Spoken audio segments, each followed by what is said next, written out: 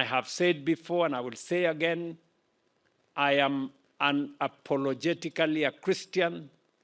I believe in God and I have no apologies to make. Niko na historia mrefu na kanisa ya SDA. Tumejenga pamoja na nyinyi kanisa Ranen kule Migori. Tumejenga kanisa kule Kisumu.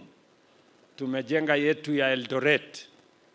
Nimeenda mahali nyingi kushirikiana pamoja na kanisa hili la SDA. Hata hapa wakati mlikuwa mnanunua shamba hii nilitumana. Wakati mlikuwa mnafanya harambee ingine nikatumana. Leo nimekuja mwenyewe.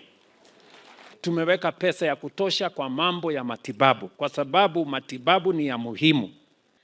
Your Excellency, as an ODM party, we have decided, as was done by the late Baba, that we are going to work together with you.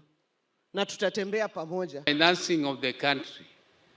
But this, I'm a finance expert. And I can tell you that the financing of this country, the levels where the country is borrowing, we are borrowing from our own. We are not going to beg in the international market with a heart in every capital begging. We want to trade with them. We don't want to be beggars. Secondly, Your Excellency, we are grateful as the family of Kajiado, the people of Kajiado, a number of our projects in hospitals, the housing projects in the county that carries markets along with them. All those projects are coming to fruition, and on behalf of the people of Kajiado, I want to thank you. Mheshimiwa Rais, hii Kajiado County sehemu nyingi imekuwa kwa giza kwa hizi miaka zote tangu tupate uhuru.